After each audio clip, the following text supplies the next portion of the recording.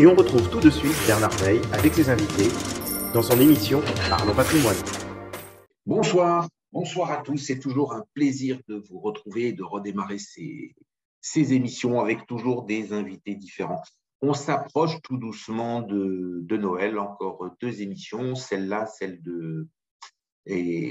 Non, c'est la dernière avant Noël. La prochaine, elle sera entre Noël et Nouvel An. Et après, on attaquera une nouvelle année qui sera marquée par l'élection présidentielle où les candidats vont monter en puissance et les gens vont chercher les uns et les autres à se convaincre que leur poulain est le meilleur.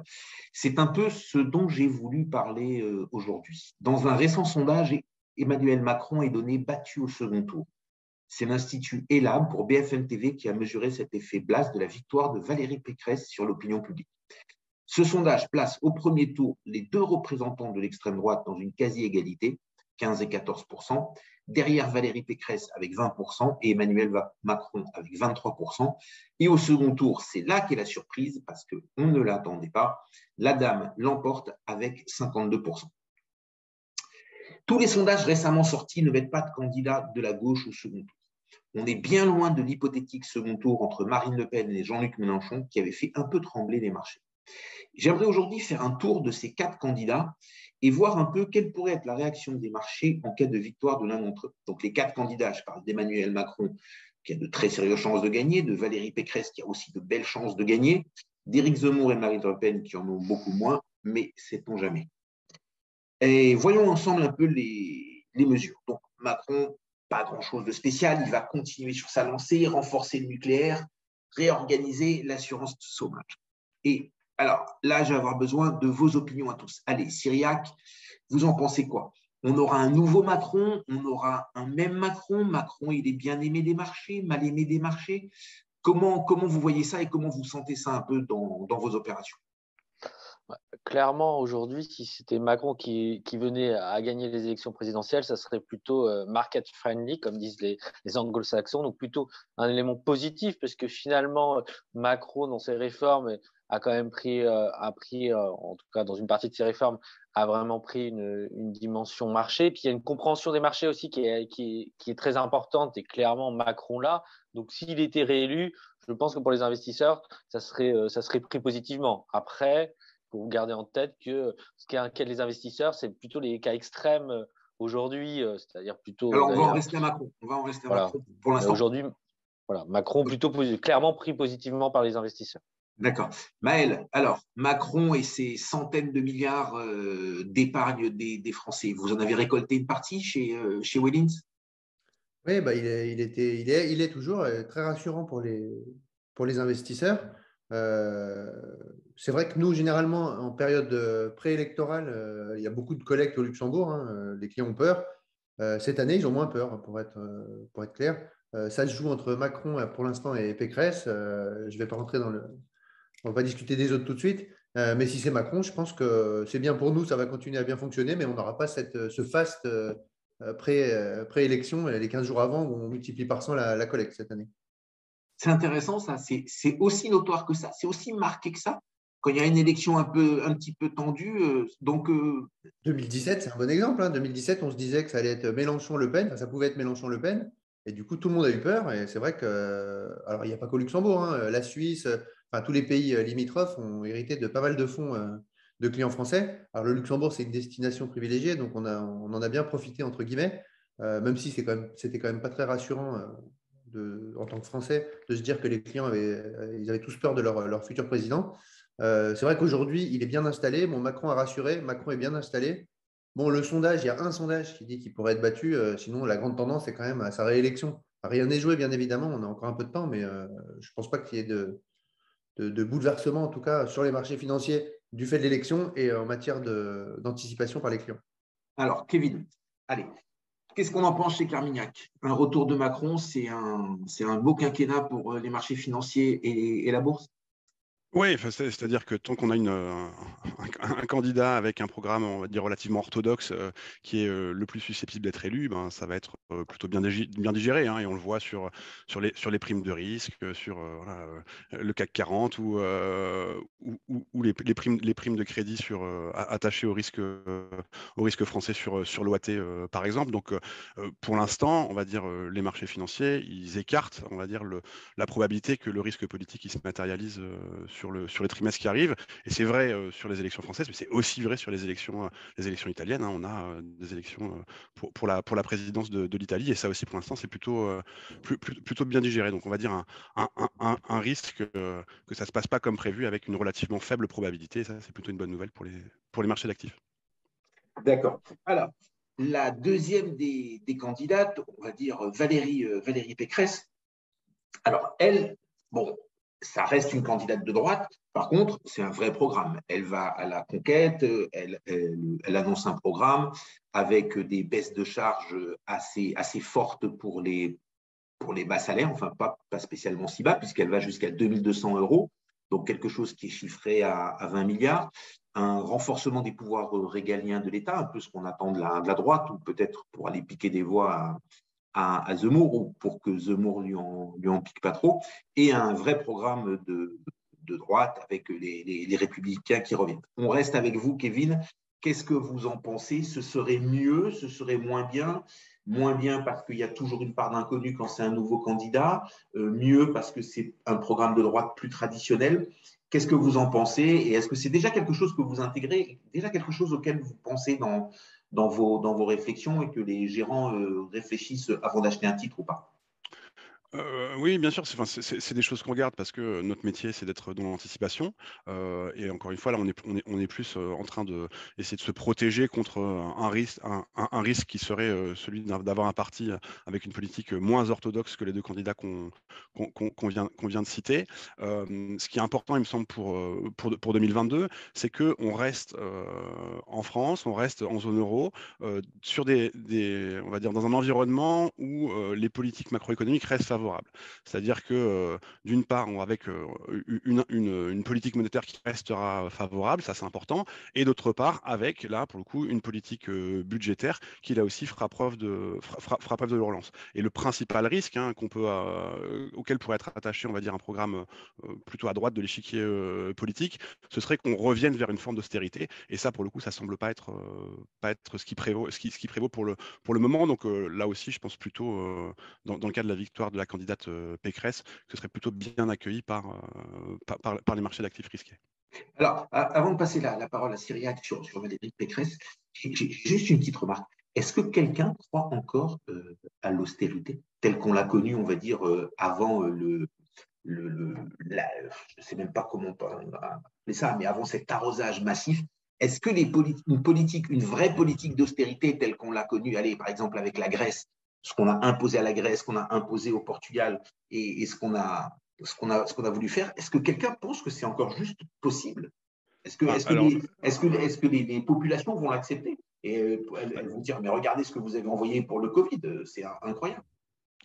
Mais en zone euro, c'est pas vraiment le cas. Pourquoi? Parce que l'économie, elle s'est pas encore vraiment remise de ça, hein. C'est-à-dire qu'on a encore des écarts très importants entre, on va dire, la vigueur de l'économie pré-Covid et la vigueur de l'économie aujourd'hui. Mais si on traverse l'Atlantique, par exemple, où là, on a eu des mesures qui ont aussi été exceptionnelles, avec notamment très axées sur les transferts sociaux, avec tous les mécanismes de surchauffe et toutes les incidences de surchauffe que ça a créé, ben, là, pour le coup, l'austérité, elle devrait faire son retour sur le devant de la scène. C'est-à-dire que, on parle d'élections françaises, mais il y a aussi des élections aux États-Unis sur la fin de 2022. Eh bien là, clairement, on va dire l'inflation, par exemple, va s'inviter dans les débats. Et quelle réponse apporter, ou en tout cas, quelle mesure de relance budgétaire accorder ou mettre en place dans un contexte où il y a beaucoup d'inflation et une demande très, très, très forte, ben ça va poser question. Et en réalité, c'est qu'en 2022, même s'il y a des mesures, on va dire des budgets extrêmement conséquents aux États-Unis, on aura une forme de durcissement budgétaire passif parce qu'ils seront beaucoup moins importants que ce qui a prévalu, par exemple, en 2021 ou en 2020. Alors, OK, une forme de durcissement budgétaire, d'accord, mais c'est pas ce qu'on appelle l'austérité. c'est quand même une forme d'austérité. C'est-à-dire que la question, c'est pourquoi est-ce qu'on le fait, pourquoi est-ce qu'on le met en place. Il y a plein de questions, notamment celles relatives à la soutenabilité de la dette, par exemple, à se donner des armes et des moyens pour pouvoir faire face à la prochaine crise, puisque malheureusement, il y en aura d'autres. Alors aujourd'hui, il n'y a pas du tout ou très peu en tout cas, de doute sur la soutenabilité de la dette, que ce soit, en tout cas dans les économies développées, mais il y a certains candidats, on pense par exemple à l'actuel maire du Havre, qui commence à intégrer ce type de problématique-là. Ok, alors à Cyriac. Donc Cyriac, quelques mots sur l'austérité, plutôt d'accord avec Kevin, plutôt d'accord avec moi. Et ensuite, comment vous voyez le programme de Valérie Pécresse dans la perspective des marchés financiers et particulièrement du marché français? Et est-ce que c'est quelque chose que vous intégrez déjà dans vos choix de titres ou pas encore, et que c'est un petit peu trop tôt et que de toute façon, c'est pas Valérie Pécresse ou Macron qui feront monter la bourse ou baisser la bourse? Exactement. Pour répondre déjà à votre deuxième question, clairement, Macron ou Pécresse, c'est proche d'un point de vue financier, hein. Il n'y aura pas de gros mouvements en fonction de l'un ou l'autre. Comme je le redis, hein, c'est vraiment les extrêmes qui sont inquiétants pour les investisseurs. Aujourd'hui, ce n'est pas le sujet entre Pécresse et Macron, clairement, je pense, pour les investisseurs. Sur la question de l'austérité, c'est compliqué, hein, parce que, en effet, je pense qu'on a changé un peu de paradigme avec le Covid, et ça sera compliqué de revenir avant en expliquant, comme on a pu le faire avec la Grèce, etc., qu'on n'avait pas d'argent quand on en a sorti autant d'un coup face à ce qui s'est passé sur le Covid. Je pense qu'on va vivre dans un monde avec un niveau de dette sur PIB beaucoup plus élevé, et que ça justifie d'ailleurs que les taux vont rester bas, parce que le meilleur moyen de rembourser la dette du point de vue des États aujourd'hui, c'est d'avoir de l'inflation et des taux d'intérêt très bas, et vous remboursez une partie de votre dette mécaniquement par ce phénomène-là. Alors vous euthanasez les rentiers, comme disait Keynes, mais vous permettez ce phénomène-là. Et donc, l'austérité, comme on a pu le connaître, j'ai du mal à l'envisager, en tout cas à court ou moyen terme, parce qu'on voit aussi que la question du Covid n'a pas disparu non plus du jour au lendemain. Mais il est vrai que vous trouverez toujours certains politiques. Alors, on a parlé d'un maire du Havre, mais du côté des Républicains aux États-Unis, alors Trump a un peu cassé la boussole, hein, mais historiquement, les Républicains n'avaient pas forcément la position qu'ils ont aujourd'hui. Et on voit bien que sur la négociation des grands budgets qu'a fait voter Biden, que ce soit sur les infrastructures ou son méga projet, il y a eu une annonce et on a été beaucoup plus bas que ce qui avait été annoncé, parce qu'il y a eu des débats, même du côté des démocrates, hein. Tous les démocrates n'étaient pas d'accord pour dépenser à tout va. Donc je pense qu'il y a quand même une évolution qui va revenir à une forme d'un peu plus de normalité, parce que c'est de l'argent qu'on dépense, mais revenir à ce qu'on a pu connaître sur la Grèce, j'ai beaucoup de mal à croire qu'on y reviendra d'une manière ou d'une autre. En tout cas, dans le contexte actuel, c'est compliqué d'envisager ce scénario-là. Ok, alors, comme on est en train de prendre un petit peu de retard, Maël, on ne va pas vous interroger sur Valérie Pécresse, mais je vais vous interroger sur Zemmour. Alors, le grand Z, alors le grand Z, il va faire venir beaucoup d'argent au Luxembourg, paniquer la bourse, ou pas plus que ça, parce qu'en fin de compte, il va s'allier avec la droite, et enfin, voilà. Allez, vous en pensez quoi, vous? Alors, oui, lui, c'est un extrême, hein. Lui, il fait partie des extrêmes. Donc, lui, il va stresser les épargnants. Ça, c'est une certitude. Après, il a essayé de s'allier avec la droite, hein. Éric Ciotti, qui était le plus proche de ses idées politiques, lui a un peu tourné le dos et s'est rapproché de Valérie Pécresse. Donc, Éric Zemmour, aujourd'hui, il est quand même un peu isolé. Il a un programme quand même qui va être, pour moi, je trouve difficile à mettre en place. Pas mal d'idées qui sont, pour moi, pas réalistes. Et donc, lui, s'il passe demain, je pense que 40% de son programme ne sera pas applicable. Ça, il faut le savoir déjà en amont. Donc, c'est déjà une bonne nouvelle ou une mauvaise nouvelle pour les épargnants. Ça, je vous laisse juger. Mais je pense que pour moi, il a peu de chance. Il a de moins en moins de chances de passer. Mais si d'aventure il devait passer, je pense que lui, typiquement, c'est ce que craignent les épargnants. Quand je dis ça, moi, j'entends Mélenchon. J'entends l'extrême gauche et l'extrême droite, donc, et j'entends aussi donc, Le Pen et Zemmour. Donc ça passe les marchés. Ok, Kevin, vous en pensez quoi, vous? Allez, imaginons, allez, coup de tonnerre, c'est pas ce qu'on attend, mais on a un Zemmour au second tour. Alors, imaginons Zemmour-Pécresse ou Zemmour-Macron, ce serait à peu près la même chose, je pense, pour les marchés. Donc déjà là, il faudrait s'attendre à une forte baisse des marchés, à un -4, -5 ou même pas? Enfin, tout ça dépendra des intentions de vote, hein, en effet, c'est-à-dire que si on a des sondages à quelques semaines des élections qui donnent un score relativement serré, ben là, on pourra s'attendre à clairement une forte remontée de la volatilité, une forte de défiance vis-à-vis des actifs français, que ce soit sur les marchés d'actions ou sur les marchés ou sur les marchés obligataires, parce qu'in fine, c'est quand même bien ça qui porte la performance des marchés financiers. C'est bien un risque et la probabilité qui est accordée à ce risque-là ou à cet événement-là. Sur on va dire l'issue d'un vote Pécresse ou Macron contre un candidat très à droite, aujourd'hui les sondages sont plutôt favorables et à l'un et à l'autre, hein, c'est-à-dire et à Macron et à Pécresse. Bien. Alors, Cyriac, je vous laisse conclure et après enchaîner avec votre point marché. D'accord. Alors sur ce point-là, voilà, Zemmour-Le Pen, c'est vraiment un peu. Alors même si je ferais paradoxalement un peu une différence, c'est-à-dire que Le Pen version Philippot était vraiment posé question sur l'Europe. Il y a quand même une vraie évolution de son discours sur ce sujet-là parce que le point clé, que ce soit Zemmour ou Le Pen du côté des extrêmes, c'est le rapport à l'Europe et le rapport à une possible sortie de la zone euro. Là, du côté de Le Pen, il y a vraiment une variation, une modification de sa politique et on sent qu'aujourd'hui, c'est beaucoup moins un sujet. Que des Zemmour, j'ai envie de dire, une visibilité relativement plus faible du fait finalement d'un discours qui est tout nouveau. Si l'un ou l'autre était au deuxième tour, ça ferait ça chahuterait sur les marchés, c'est clair. Maintenant, comme on le disait, c'est la question, ça serait la probabilité d'arriver au deuxième tour est déjà faible, mais la probabilité d'arriver au deuxième tour et d'être élu, elle est encore plus faible parce que le système politique français avec ce mécanisme des deux tours est quand même pas probable, enfin ne profite pas vraiment aux extrêmes. Donc de notre point de vue, c'est un sujet à suivre, mais 2017 était beaucoup plus inquiétant que 2022. Maintenant, il reste 4 mois, donc on va falloir suivre ça quand même avec attention. Et je rajouterais que c'est quand même un problème franco-français, c'est-à-dire que pour les marchés aujourd'hui, c'est pas du tout focalisé. On n'est pas du tout focalisé sur les élections françaises. Aujourd'hui, on est focalisé sur d'autres sujets sur lesquels je vais rebondir maintenant dans le cadre de cet édito. Alors, comme à coutume de dire David, on ne s'ennuie jamais sur les marchés hein, et les 2 dernières semaines ont bien démontré cela. Alors, je vais commencer, avant de faire un panorama au niveau mondial des différentes zones, un petit focus quand même, on ne peut pas l'oublier, sur Omicron. Alors, quand vous avez fait votre point il y a 2 semaines, Omicron, c'était vraiment le sujet, hein, puisque ça venait de sortir. Force est de constater que pour l'instant, les informations qui ont été publiées restent parcellaires. C'est pour ça qu'il faut prendre tout ce que je vais vous dire avec des pincettes et attendre de nouvelles mesures, de nouvelles données scientifiques. Hein. Mais ce qu'on sait aujourd'hui, ce qui est certain, c'est que ce virus, il se diffuse très rapidement. On l'a vu en Afrique du Sud, on le voit qui arrive en Europe. Il semble battre le Delta et donc il est probable que ce virus devienne ce variant plutôt majoritaire. Là, j'ai envie de dire, c'est un peu une des rares certitudes qu'on a. Deuxième question sur l'efficacité des vaccins. Des informations un peu contradictoires, il faut bien être honnête, entre d'un côté des recherches indépendantes du côté d'Afrique du Sud, ce que peuvent nous dire les laboratoires, ce que nous dit l'OMS, tout ça n'est pas très clair.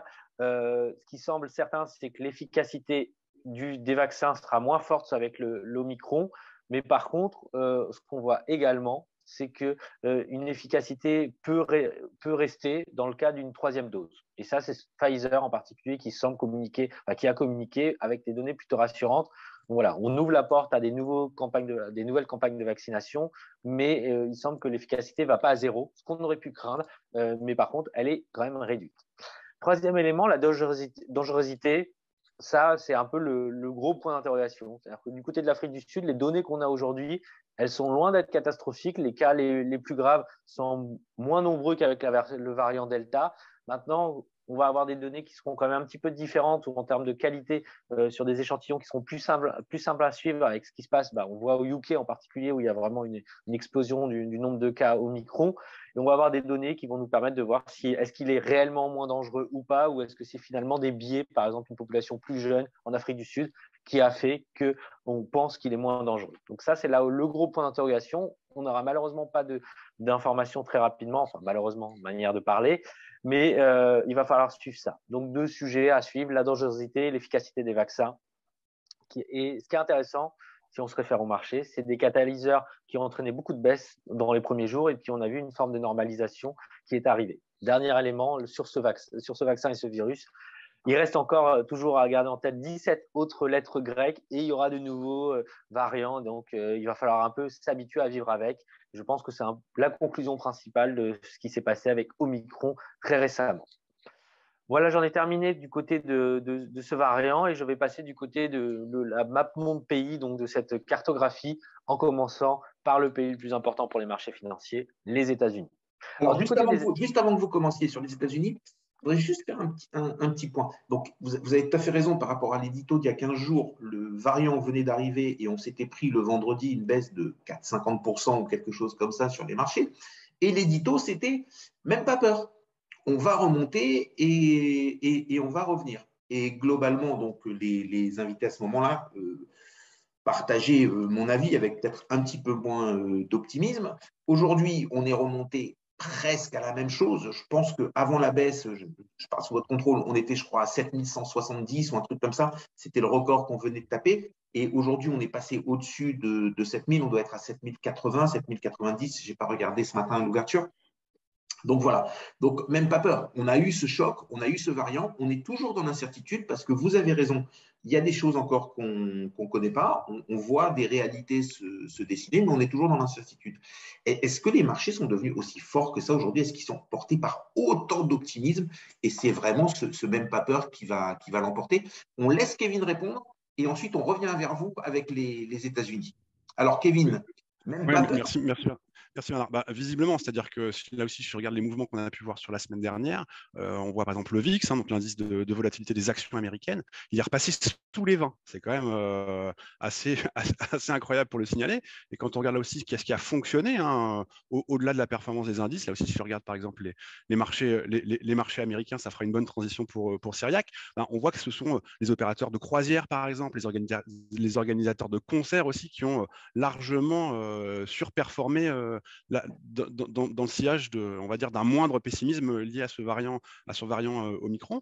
Et là aussi, il y a d'autres indicateurs qui montrent que le rebond des marchés, il s'est aussi fait avec un plus grand nombre de valeurs. Donc la profondeur du marché qui est en train de s'améliorer et de remonter. Et ça, c'est quand même plutôt, on va dire, plutôt une bonne nouvelle. Ok, allez Cyriac, c'est à vous et l'oncle Sam. D'accord. Du côté des États-Unis, le point important cette semaine, ça va être la Fed, clairement, mercredi, les annonces de la Fed. On a eu un chiffre d'inflation vendredi qui était très élevé, enfin, c'est un euphémisme, 6,8% d'inflation aux États-Unis, c'est du jamais vu depuis 30 ans. Le précédent est à 6,2, donc ça veut dire que ça continue à monter. Le scénario d'inflation transitoire, il a quand même du plomb dans l'aile de manière assez importante et surtout que même au sein de la Fed, on voit qu'il y a des débats et que certains commencent à s'interroger sur la pertinence de ce scénario-là.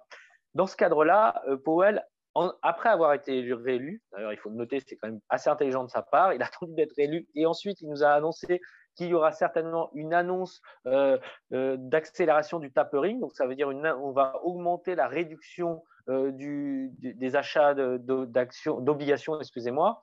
En clair, on va arrêter en juin, on va certainement arrêter en mars. Alors, il y avait un débat il y a 2 semaines, j'ai réécouté votre podcast pour savoir si Omicron allait changer la donne.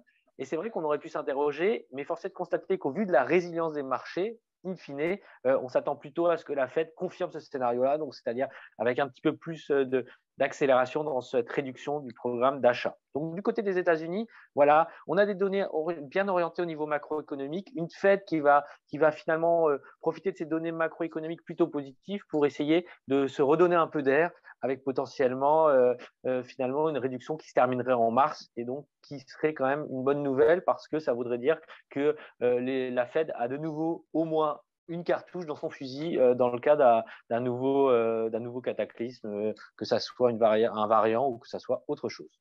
Ok. Alors, juste avant que Maël réagisse sur ce que vous venez de dire sur les États-Unis, je voudrais juste qu'on revienne un petit peu sur, essayer d'expliquer en 30 secondes. Alors, la politique d'achat d'actifs pour les néophytes, qu'est-ce que c'est? Et le tapering, c'est-à-dire la réduction de cette politique d'achat d'actifs, qu'est-ce que c'est aussi? Alors, c'est finalement très non orthodoxe ce qui s'est passé, c'est-à-dire que les banques centrales en plus de baisser les taux, se sont mis à acheter des actifs pour soutenir l'activité. Alors, acheter des actifs, ça veut dire quoi? Ça veut dire acheter des actions sur la bourse de Wall Street, acheter des obligations? Alors, dans le cas de la Banque centrale américaine, c'était principalement des obligations américaines, des obligations d'État américaines et de manière extrêmement marginale, des obligations crédit. Dans le cas, par exemple, du Japon, la BOJ, donc la Banque centrale japonaise, le fait également. Ils achètent directement des ETF sur les actions. Donc, chaque banque centrale a un petit peu sa spécificité. Dans le cas des États-Unis, c'est principalement et quasi exclusivement des obligations d'État. Et donc, lorsque ça a vraiment commencé à chahuter, finalement, la Fed, donc la Banque centrale américaine, s'est mise à acheter massivement des obligations d'État pour finalement soutenir l'activité. Et cette politique… Donc, c'est la Fed qui achète des obligations d'État. Les obligations d'État sont émises par le gouvernement américain qui se retrouve avec de l'argent et le gouvernement américain injecte cet argent dans les plans comme il l'entend. C'est ça? Exactement. Okay. Et ça permet mécaniquement de garder des taux très bas, alors que normalement, dans un monde, j'ai envie de dire classique, quand vous émettez beaucoup d'obligations, les taux ont tendance à augmenter.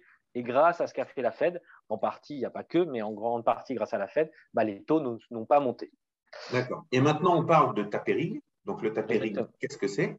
Alors, le tapering, c'est le phénomène inverse, c'est-à-dire qu'au lieu d'acheter, la Fed se met à arrêter d'acheter. Alors, elle ne vend pas, il faut faire attention, elle ne vend pas ses obligations, mais au lieu d'acheter, par exemple, en ce moment, 120 milliards de dollars par mois d'obligations américaines, elle va réduire. Alors, elle a commencé à réduire progressivement, elle était à 120, elle est plutôt aux alentours d'aujourd'hui de 90, et l'idée c'est de tendre vers zéro, donc c'est-à-dire d'arrêter ce programme d'achat. Et le tapering, c'est juste la réduction des achats d'obligations américaines. Ça veut dire que pour l'instant, on ne parle pas d'arrêter, on parle juste de réduire step by step. Exactement. Très bien. Alors Maël, vous réagissez sur les marchés américains et ensuite Cyriac reprend avec son tour géographique. Qu'on ne s'y trompe pas, hein. Là, on est, pour moi, je m'étais un peu mouillé il y a 2 semaines sur le variant Omicron en disant que j'avais aucune idée, mais je pensais que ça n'allait pas avoir finalement tant d'impact que ça. Bon, j'ai un peu de chance, j'ai eu raison, tant mieux. Par contre, ce phénomène-là de tapering, je pense que ça va avoir vraiment un impact très important. Là, il y a beaucoup d'inflation. C'est le risque des mois à venir, hein. C'est vraiment le gros risque sur les marchés. C'est le risque pour toutes les politiques des différents pays. Parce que ça veut dire quoi finalement l'inflation? Ça veut dire que tout coûte plus cher. Du coup, c'est les ménages qui sont pénalisés et les ménages pénalisés consomment moins. Si les ménages consomment moins et qu'il faut payer plus les employés, ça va avoir une vraie incidence sur la croissance. Qui dit incidence sur la croissance dit problème pour rembourser la dette, hein, puisque moins de dépenses. Donc, c'est vraiment le problème pour moi des mois à venir.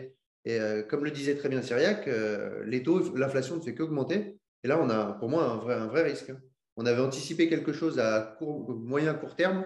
Là, maintenant, on commence plutôt à anticiper quelque chose sur un plus long terme. Au début, je me souviens, on avait fait une émission où on disait que d'ici juin de l'année prochaine, c'était fini, on n'en parlait plus. Vous voyez, là, le message qui nous est transmis, ça va durer beaucoup plus longtemps. Peut-être qu'en juin, on parlera inflation à 1 chiffre ou inflation à 2 chiffres. Allez, Cyriac, on revient ou en Europe ou en Asie, je ne sais pas. Qu'est-ce que vous avez prévu? Du côté de la zone euro, alors on enchaîne puisqu'il y a quand même la Fed mercredi et la BCE jeudi. Donc, on a les 2 banques centrales qui vont parler. Du côté de la BCE, c'est assez intéressant parce que finalement, il y a quand même un niveau d'inflation élevé en zone euro. On est à 4,9. Il y a des problématiques qui ne sont pas extrêmement différentes, mais on voit que la BCE a clairement pris une orientation beaucoup plus défensive. La reprise, elle est moins forte en zone euro. Il y a une volonté de soutenir l'économie plus longtemps en zone euro. Donc, la BCE, elle va être un peu sur un challenge de communication, c'est-à-dire qu'il va avoir la fin de son programme. Donc, son programme, c'est le PEP qui va s'arrêter. Donc, c'était le Pandemic Emergency Purchase Programme, donc qui était destiné à lutter contre les effets du Covid, qui va s'arrêter en mars. Donc, ça, clairement, c'est ce qui va se passer. Mais il devrait y avoir une augmentation d'autres programmes pour compenser une partie de cette baisse-là. Donc, la BCE, elle doit jouer sur cet élément-là, c'est-à-dire gérer cette fin de programme, mais ne pas inquiéter les marchés. Et du côté de la BCE, ce qui est intéressant, c'est le discours quand même en particulier de la présidente, de Madame Lagarde, où il y a vraiment finalement un positionnement extrêmement défensif. Pour elle, l'inflation reste transitoire, il n'y a pas besoin d'être extrêmement agressive dans sa réduction de son soutien à l'économie. Et donc, il va falloir voir si elle arrive un peu à imposer ce point de vue aux différents membres de la BCE, parce qu'il y a des débats et des débats internes qui sont assez assez agressive aujourd'hui. Donc, beaucoup d'incertitudes. Et je trouve que du côté, en fait, finalement, des annonces, on pourrait avoir des surprises du côté plus de la BCE que de la Fed, parce qu'il y a, du côté de la Fed, il y a une forme d'homogénéité des positions, ce qu'on ne retrouve pas forcément du côté de la zone euro. D'accord. Alors, Kevin, moi j'ai une question à vous poser. Quand on parle de cette inflation à 6,8% aux États-Unis, en réalité, ce n'est pas un record de 30 ans, c'est un record de presque 40 ans, et c'est l'inflation de 1982. Donc, c'est vraiment cette inflation des années 80 où nous, on était dans des choses autour de 10, 11, 12, 13%, et encore, on en planquait un bout. C'est-à-dire qu'à cette époque-là, quand on annonçait 11, il y avait un bout qui était planqué et qui était bien triché. Donc, il y a quelques semaines, tout le monde disait, enfin, j'entendais aucune voix disait que oui pour un retour à l'inflation en Europe, mais jamais de la vie sur la base des années 80, que ça c'était derrière nous et c'était fini.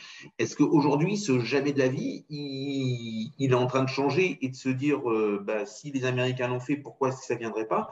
Ou est-ce que c'est une conjonction particulière des Américains et que pour l'instant, il est hors de question que ça dérape comme ça en Europe? Allez-y, Kevin. Ouais, alors il y a plusieurs phénomènes et c'est d'ailleurs très intéressant de faire le lien avec les marchés de taux.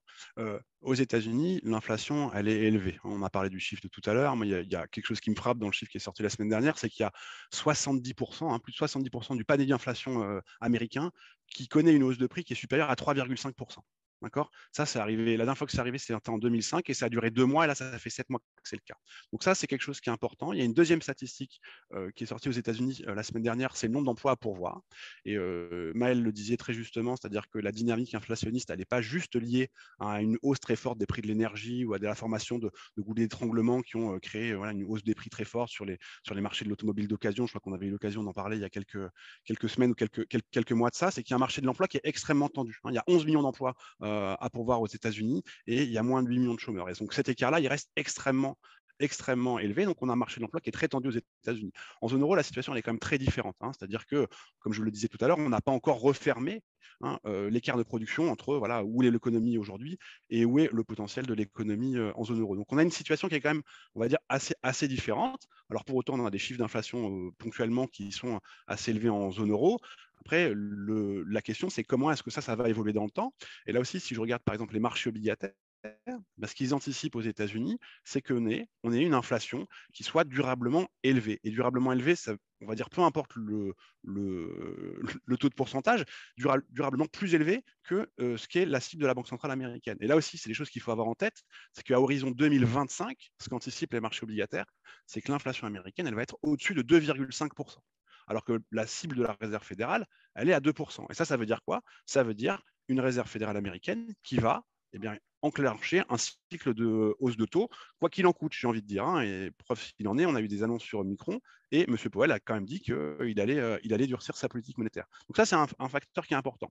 En zone euro, la situation elle est différente. C'est que si je regarde les mêmes instruments des marchés obligataires liés à l'inflation, ce qu'ils estiment, c'est que à horizon 6-8 mois, on ait une inflation qui sera plus élevée que ce qui prévalait avant le Covid, mais on sera en dessous de la cible de la Banque centrale européenne, donc en dessous des 2%. Et ça veut dire potentiellement une Banque centrale européenne qui sera moins dans cette situation-là, où elle devra mettre un tour de vis. Et donc ça, il me semble que c'est particulièrement intéressant, d'autant plus parce que les marchés obligataires, ils ont, on va dire, largement, ils sont passés il y a un an d'un environnement où les taux devaient être plus bas pour toujours, où le quantitative easing il devait être infini, à un environnement aujourd'hui où ce qu'ils anticipent, c'est un cycle de resserrement monétaire très fort, et alors même qu'on a une réalité économique assez différente entre les États-Unis, la zone euro, le Royaume-Uni, le Canada, la Banque d'Australie, par exemple. Et allez, Cyriac, on enchaîne cette fois-ci avec l'Asie, je pense, et puis c'est Maël qui nous fera une petite conclusion. D'accord, je termine sur la Chine, parce que c'est vraiment l'élément important, je trouve, sur les dernières semaines. C'est cette baisse de taux de la Banque centrale chinoise, la PBOC. Et ça, c'est une bonne nouvelle pour tout le monde, pour l'économie mondiale. C'est aussi finalement la communication, la représentation, on va dire, concrète de ce qui est sorti du discours du Politburo, donc le bureau politique chinois qui reprend les 7 personnes, les 7 décideurs sur la Chine. Globalement, aujourd'hui, on a le sentiment qu'il y a une sorte de plateau qui a été décidé sur la croissance chinoise et que les Chinois vont commencer à réactiver certains soutiens à l'activité en Chine pour ne pas descendre sous un certain niveau de croissance qu'on estime entre 5 et 6% de croissance annuelle. Donc ça, c'est vraiment une bonne nouvelle parce que dans un contexte où on a des banques centrales du côté des pays développés qui vont plutôt avoir tendance à réduire le soutien, bah, on voit que du côté de la banque centrale chinoise, ça ne sera pas le cas. Reste quand même le sujet Evergrande qui a fait défaut. Alors, ça a bizarrement pas agité ni les marchés ni les journaux, la une des journaux, qui a donc fait un défaut officiellement.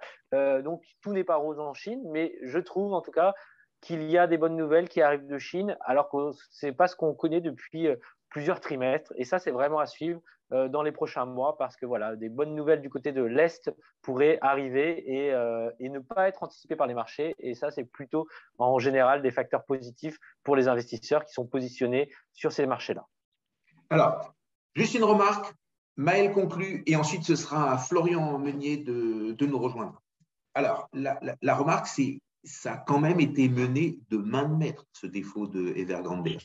Ils ont annoncé, ils ont fait presque un défaut, puis ils ont payé, ils ont trouvé un accord, et puis ensuite ils ont fait un vrai défaut, et puis petit à petit, j'ai envie de dire qu'ils vont faire face à leur sort et ils vont faire face à leur réalité, et il se passera ce qui devra se passer. Je ne vais pas faire de fiction là-dessus, ni essayer de jouer au gourou. Mais ce que je veux dire, c'est que la communication et de l'entreprise, l'interaction avec les marchés et la communication du gouvernement chinois, qui d'ailleurs a été beaucoup une non-communication sur le sujet, en tout cas vis-à-vis des Européens.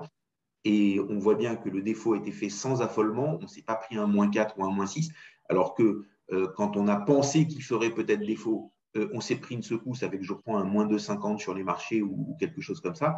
Enfin, juste, je pense que c'est vraiment un savoir-faire des Chinois où il y a une très, très bonne maîtrise des choses. En 10 secondes, votre avis là-dessus, et on passe à Maël qui conclut.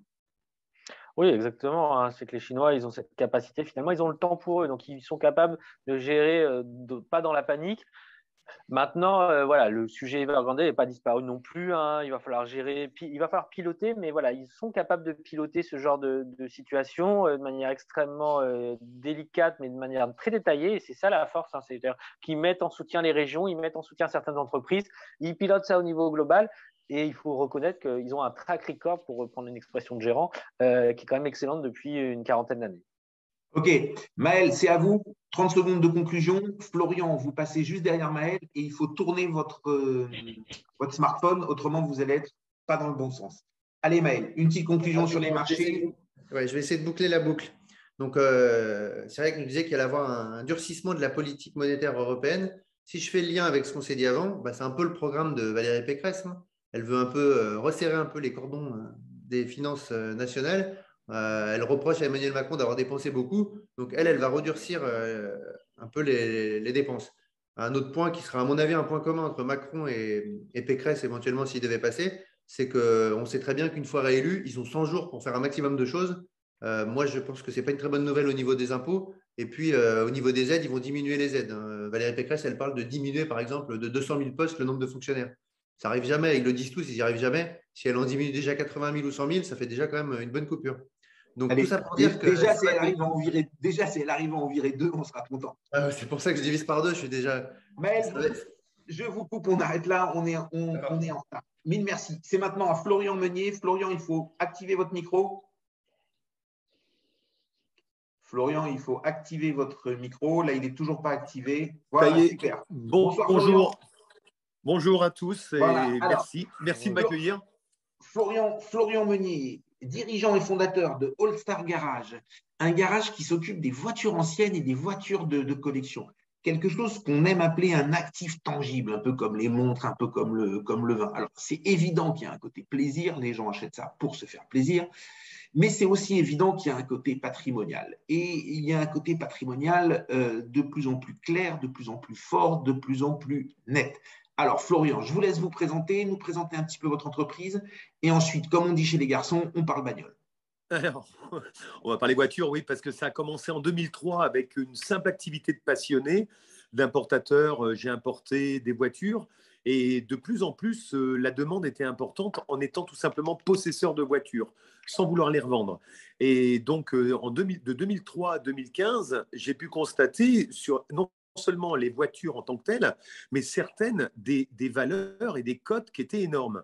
Alors, c'est vrai qu'au départ, j'étais parti un petit peu dans un esprit de négociant auto, mais en fait, on n'est pas du tout là-dedans. On est sur des voitures qui avaient plus aucune valeur en termes de valorisation à proprement dit, mais qui en réalité ont des valeurs qui sont de plus en plus importantes et parfois même complètement incohérentes parce qu'on est dans la nostalgie, parce qu'on est Allez, dans pas mal de… quelques exemples, des exemples de voitures. Si on prend par exemple quelques voitures très très symboliques, on peut prendre la 2 chevaux par exemple pour les voitures françaises, on peut prendre la Mustang pour les voitures américaines, on peut prendre la Jaguar pour les voitures anglaises. Ces voitures qui il y a 10 ans valaient parfois 2 000, 3 000 euros, aujourd'hui une 2 chevaux qui valait 2 000 à 3 000 euros peut valoir plus de 15 000 euros. Une Mustang qui valait 10 000 euros aujourd'hui vaut plus de 30 000 euros, et une Jaguar qui valait 50 000 euros aujourd'hui vaut plus de 200 000 euros. Alors quand on dit qu'elle vaut, c'est qu'elle ne vaut pas. C'est qu'en réalité, il y a des produits sur le marché, il y a de la demande, et c'est ce qui fait justement l'offre et la demande elle est de plus en plus importante. Alors, ce qu'on a constaté, nous, sur cette activité… Florian, je vous coupe, que les auditeurs comprennent bien. Alors, dans votre garage, vous faites quoi? Vous achetez et vous vendez les voitures du négoce, ou alors vous les rénovez aussi, vous les réparez? C'est quoi un petit peu l'activité? Alors, l'activité, en fait, depuis 2018, j'ai créé le garage All Star Garage parce qu'en fait, la valeur des voitures étant tellement importante qu'il fallait aussi que la qualité des voitures soit très importante. Donc, le garage a été créé pour faire de la restauration en totalité, restauration moteur, restauration carrosserie, pour en faire non plus des voitures, mais des objets d'art. Ces objets d'art en tant que tels sont aussi des objets d'investissement puisque les valeurs sont de plus en plus importantes et elles sont patrimoniales. Elles sont exonérées de ce qu'on peut appeler l'ISF, enfin l'impôt sur… elles sont exonérées de plus-value. Et elles sont exonérées aussi de transmission au niveau du patrimoine. Donc, ce sont des valeurs qui sont montantes. On constate un taux moyen de l'ordre de 8% annuel depuis 20 ans sur ce genre de modèle. Alors, les voitures, on prend une 2 chevaux, par exemple, avec des prix moyens, un prix moyen à 15 000 euros, mais il y a aussi des exceptions. Une 2 chevaux Charleston, dernièrement, s'est vendue 140 000 euros. Expliquez-moi ça. Comment une 2 chevaux Charleston peut se vendre 140 000 euros? Alors, quand la Charleston est sortie, de mémoire, elle devait toucher, je ne sais pas, 15, 16 000 francs, 17 000 francs, un truc comme ça. Oui, oui, à l'époque, c'était déjà en francs. Et effectivement, on était aux alentours de 20 000 francs, donc un petit 3 000 euros. La voiture qui a été vendue était une voiture qui était dite à 0 km, c'est-à-dire qui était comme neuve, une voiture des années 80, comme neuve. Et en fait, il y a eu quelqu'un qui a voulu, et qui en avait les moyens, bien sûr, se payer cette voiture. Et on est monté à 140 000 euros pour une 2 chevaux Charleston dite neuve. Donc, ça n'a aucune rationalité. Mais en attendant, celui qui l'avait acheté il y a 20 ans, il y a 30 ans maintenant, à 3 000 euros, la revendre 140 000 euros 30 ans après, et je pense qu'il a été aussi très content de ça. On a des phénomènes qui sont assez courants, c'est-à-dire que beaucoup de possesseurs de voitures sont d'une certaine manière des gens qui veulent placer de l'argent, des gens qui veulent se faire plaisir et qui veulent profiter de leur investissement ou tout simplement de leur achat. C'est pas toujours un investissement. Vous avez quelques prix aujourd'hui? Allez, si j'ai envie de me faire plaisir, je ne suis pas un passionné, enfin pas vraiment un passionné, si un petit peu quand même. J'aime bien ça. Je n'ai pas envie de perdre des sous. J'ai envie de pouvoir rouler aussi un petit peu avec ma voiture. Je n'ai pas envie non plus de me ruiner dans l'entretien. Allez, vers quoi je dois aller? Vers quel modèle je dois aller? Alors, on va toujours être sur les mêmes marchés, c'est-à-dire le 20-80. C'est-à-dire que 80% des gens veulent toujours 20% des voitures. On va aller sur de la petite anglaise, de la petite MG, de la petite Triumph. Ce sont des voitures qui sont aux alentours de 15-20 000 euros, qui étaient à moins de 10 000 euros il y a 5 ans, qui aujourd'hui peuvent dépasser les 20 000 en très bon état. L'entretien, finalement, c'est très peu parce que ça se limite à une vidange tous les ans. Parce que c'est des voitures qui roulent peu. C'est des voitures qui sont aussi, d'une certaine manière, éco-responsables, parce que même si la consommation peut être considérée comme élevée aujourd'hui, en réalité, toutes les pièces et la voiture sont là depuis 30 ans ou 40 ans. Donc, il n'y a eu aucune modification. Donc, on est sur un modèle qui est… Alors, c'est un petit peu d'ironie, cette éco-responsabilité, parce que c'est de la voiture ancienne, mais ça peut aussi jouer. Le fait d'être propriétaire d'une petite anglaise, donc c'est le plaisir. Une autre voiture qui est vraiment une valeur sûre aujourd'hui, c'est la Mustang, la Ford Mustang des années 60. Donc, c'est plutôt des budgets de l'ordre de 30-35 000 euros. Et puis après, on est sur des Françaises qui étaient à petit budget, comme on parlait tout à l'heure de la 2 chevaux ou de la Méhari. La Citroën Méhari a une cote aujourd'hui qui est énorme. On va dépasser les 25 000 euros pour une Citroën Méhari qui était, on ne pouvait pas faire plus basique parce que c'est la voiture tendance qui va sur la Côte d'Azur, qui va sur le bassin d'Arcachon, bord de mer ou alors à la campagne. C'est plus Une la 2 Jeep chevaux. américaine du débarquement? Alors, les Jeeps, les modèles, les Jeeps américaines notamment, mais c'est surtout les modèles américains. Aujourd'hui, c'est quelque chose qui a. On n'en parle même plus parce que c'est un marché qui est mondial. La demande du véhicule militaire, que ce soit les chars, que ce soit les camions, que ce soit les avions, et donc aussi la Jeep, aujourd'hui, on est complètement hors marché. Une Jeep qui valait 8 000 euros il y a 10 ans, aujourd'hui est à plus de 30 000 euros et il n'y en a plus aucune à vendre. Les véhicules amphibies, qui étaient cotés entre 80 et 100 000, aujourd'hui, il y en a 1 ou 2 à vendre au monde. Et les cotes montent à 200, 300, 400 000 euros en quelques années. Le véhicule militaire, tout ce qui est la nostalgie de la Deuxième Guerre mondiale, est en train d'exploser. On peut voir les Charman qui sont à plus de 3 millions, 4 millions d'euros aujourd'hui. Donc, le marché militaire est en train, alors, est à la fois un marché de collection, mais c'est aussi de gros investissements parce que les prix sont en train d'exploser. La demande est mondiale sur ces véhicules-là. Et les Jeeps sont des véhicules absolument demandés partout et en même temps, des véhicules plaisir très simples, pas coûteux du tout à l'entretien et qui ne cessent de monter. C'est pour ça, c'est parce qu'ils sont devenus trop chers que la Méhari a pu émerger comme ça? Alors, en fait, les marchés évoluent, c'est-à-dire que une voiture qui avait la cote, on va prendre, pour schématiser, on peut prendre une 2 chevaux. Une 2 chevaux, ce n'était pas une voiture très haut de gamme, ce n'était pas une voiture très demandée, c'était une voiture très populaire. Par contre, elle s'est un petit peu ennoblie, elle est devenue un petit peu aristocrate en étant un petit peu la voiture plaisir de quelqu'un qui a les moyens. Et derrière elle a entraîné justement tous les modèles périphériques à cette marque, que ce soit chez Citroën. Donc la Méhari a complètement explosé. On voit aujourd'hui des voitures qui n'étaient mais absolument pas cotées, comme la Citroën LN. Alors là, il faut être connaisseur. C'était des voitures qu'on mettait directement à la casse. Aujourd'hui, ce sont des voitures qui se vendent 2 000, 3 000 euros. C'est-à-dire qu'il y a toujours une sorte d'évolution dans le bon sens, une sorte de plaisir. Et surtout, la voiture, il y a un côté aussi transversal en termes de relationnel. C'est-à-dire que c'est un produit qui devient social et sociable en termes je parle de la voiture de collection. On est entre passionnés, on est entre personnes qui discutent les uns les autres, on est entre personnes qui veulent se rencontrer parce qu'on a, on a la passion de l'histoire, on a la passion de la voiture. Et alors, l'attraction avant des années 40, là, un peu mythique qu'on voit dans tous ces films, comme vous parlez de nostalgie de la Seconde Guerre mondiale, elle continue à bien se vendre, elle est recherchée. Combien ça vaut aujourd'hui une traction en bon état? Alors, les tractions qui étaient ce qu'on trouvait dans le fond des fermes il y a quelques années, dans lequel les poules étaient en train d'habiter, aujourd'hui, une belle traction vaut plus de 15 000 euros. Et une 6 cylindres, ce qu'on appelle la 6, c'est-à-dire le modèle qui était haut de gamme à l'époque, une 6 cylindres vaut plus de 40 000 euros. Alors que c'était des voitures qui vraiment, je crois que les agriculteurs payaient pour qu'on les en débarrasse à l'époque. La traction est revenue fortement. Donc, on est sur la nostalgie, on est sur justement limite l'après-guerre, donc avant-guerre et après-guerre. Et on a une très, très forte demande sur ces voitures-là, que ce soit la traction. Si on prend les Peugeot, pour les connaisseurs, la 203, la 403, pour certains, il y a eu la 203 cabriolet aujourd'hui vaut plus de 80 000 euros. On est sur des voitures qui étaient extrêmement populaires et qui aujourd'hui valent plus de 80 000 euros, plus de 100 000 euros. La DS cabriolet aujourd'hui vaut plus de 200 000 euros, la DS Chaperon, alors que c'était des voitures qui, certes à l'époque, avaient un côté un petit peu élitiste, un petit peu luxueux, mais aujourd'hui on est sur des vraies valeurs d'investissement et ça ne cesse de monter. Et la demande sur les Françaises, et beaucoup en France et en Europe, notamment sur les Françaises aux Pays-Bas et en Belgique, et la Suisse, et puis sur les marques comme les Mercedes, les Jaguar, les Ford, on est sur une demande complètement mondiale. Le marché est mondial. Ok. Alors, si on fait un petit peu de prospective, quelle voiture faudrait acheter aujourd'hui? La bonne affaire, ce serait quoi? Alors, dans un premier temps, si on veut faire une bonne affaire, je pense il faut avant tout choisir le modèle que l'on aime. Parce que plus on va l'aimer, plus on va le chouchouter, plus on va l'entretenir et plus on va lui donner une valeur aux yeux des autres. Parce que se sentir bien dans sa voiture, c'est donner une dimension, une valeur qui donne envie aux autres.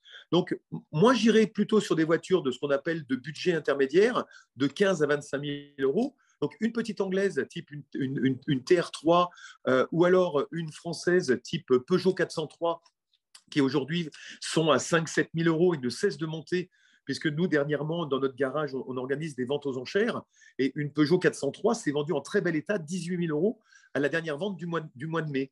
Donc, 18 000 euros pour une Peugeot 403 qui était entre 5 et 7 000, c'est à la fois l'occasion de se faire plaisir, d'être un petit peu dans la nostalgie parce que ça a pu être la voiture du grand-père et puis en même temps, un jour, à la revente, d'avoir une demande. Après, si on veut investir dans des valeurs beaucoup plus sûres, on peut aller sur des Jaguar type E, mais qui sont maintenant à des montants très importants, mais qui ne cessent de monter et dont la demande aux États-Unis est colossale, puisque la cote entre l'Europe et les États-Unis est grosso modo presque du simple au double, entre 200 000 et 400 000 euros. Et donc, voilà ce qu'on peut, quel type de modèle on pourrait acheter pour se faire plaisir. Après, se faire plaisir et investir, c'est aussi un véhicule cabriolet, c'est aussi un véhicule qui va être un véhicule loisir, parce que le loisir fait partie justement des investissements des foyers. Et c'est un point qui est vraiment très positif aujourd'hui. La demande sur les voitures de collection cabriolet est phénoménale, grosso modo 50% du marché, et de février à mai de chaque année. Eh ben, c'est super tout ça, c'est super, vous m'avez donné envie, c'est bientôt Noël, je vais essayer de vous appeler et on va nous trouver une petite voiture.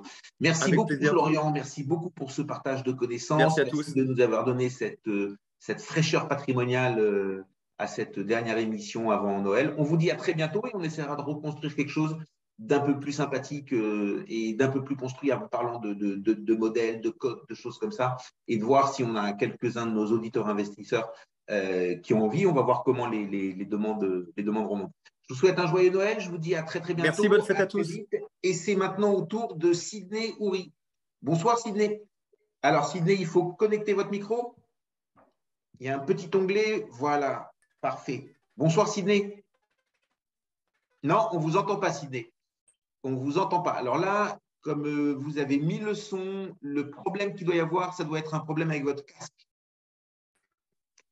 Alors, je pense qu'il faudrait débrancher votre casque ou connecter. Voilà, la sortie audio n'est pas la bonne. Bon, on va revenir sur un petit sujet avec Maël. Sydney, essayez de régler votre connexion et vous n'hésitez pas à nous couper la parole dès que vous avez du son. OK? Alors, Maël, qu'est-ce que vous pensez un petit peu si on revient sur… Est-ce que vous m'entendez? Ah ben voilà, ça y est. Pardon, excusez-moi, désolé. C'était parfait. Bonjour. C'est les joies du direct, tout ça. Alors, donc ravi de vous avoir parmi nous. Ravi également. Merci pour l'invitation, Bama. Alors, pour vous présenter, vous êtes cofondateur d'Iveo Capital Partner, une société de gestion. Et on fait les choses un petit peu à l'envers avec vous. Vous reviendrez la semaine prochaine pour nous parler de votre société de gestion, de sa création, de cette histoire, des différents fonds que vous avez. Mais en préparant l'émission, on a trouvé, enfin vous m'avez montré dans votre société de gestion, un fonds très très particulier.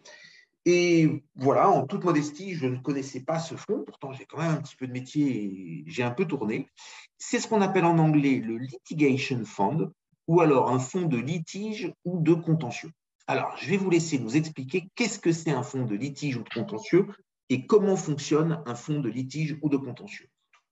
Alors, en deux mots, oui, vous avez dit, Bernard, on est donc une société de gestion, on est spécialisé sur le crédit et les marchés obligataires et on a une activité sur des véhicules obligataires cotés, une autre sur le marché de la dette privée. Et sur la dette privée, on a développé cette activité de litigation depuis 2013, pardon, et on a depuis financé une cinquantaine d'entreprises pour l'équivalent de 100 millions de dollars. Alors, pour répondre à votre question, le litigation, c'est une activité qui est née aux États-Unis et en Angleterre, donc principalement dans les pays anglo-saxons. Et c'est actuellement une activité en plein essor en Europe. Et elle consiste à financer des frais d'avocat, de procédure et d'expertise en relation avec un procès ou un arbitrage. Et donc, nous, on a une approche assez simple. Ces contentieux donc, sont des actifs pour des entreprises et qui peuvent générer de la valeur. Et donc, le financeur apporte des capitaux en échange d'un droit sur le résultat des cas calculés sur les dommages et intérêts perçus. Et donc, cet apport de liquidité permet aux entreprises qui ont subi un préjudice d'éviter de mobiliser leurs fonds propres sur plusieurs années et surtout pour les plus fragiles, de lutter à armes égales sur le plan financier et juridique pour faire valoir leurs droits. Donc, on apporte des capitaux à ces entreprises qui ont un procès. On prend en garantie donc le procès, on va couvrir tous les frais et en résultat, en contrepartie, on va négocier un pourcentage sur le résultat des cas. Et donc, c'est un micro-marché, c'est un marché qui est très large. Alors, en France, on n'a pas l'habitude de ça. Donc, je suppose que les principales affaires sont aux États-Unis, où on entend des procès, comme par exemple, on a entendu pendant des dizaines et des dizaines d'années avec les cigarettiers ou avec les lignes à haute tension. On a même vu des films passer là-dessus, des choses comme ça. Et c'est vrai que c'est des procès à des centaines de millions et des fois, on entend des condamnations à plusieurs milliards ou même des arrangements qui arrivent. Donc, ce fonds, c'est un fonds américain, c'est un fonds en dollars. Alors, au départ, en 2013, oui, on s'est associé avec des avocats aux États-Unis parce qu'il y avait une profondeur, il y a une profondeur toujours assez importante et il y a une culture financière aussi dans les cabinets d'avocats américains. Et donc, au début, on finançait que des arbitrages, que des litiges commerciaux, donc d'entreprises aux États-Unis, en Angleterre, en Australie et au Canada. Aujourd'hui, vous regardez les deux plus gros fonds de litigation, il y en a un aux États-Unis et un autre en Australie. Et donc, nous, petit à petit, donc, on a développé cette activité en finançant des litiges commerciaux de taille moyenne, des cas de 500 000 à 3 millions de besoins de financement et sur différentes typologies de cas. Ça peut être des actions sur des opioïdes, ça peut être des actions contre des boîtes dans la tech, ça peut être une start-up qui a un procès contre une grosse boîte dans la tech. Et donc, sur différentes typologies de cas, différentes géographies, et dans différents environnements et dynamiques.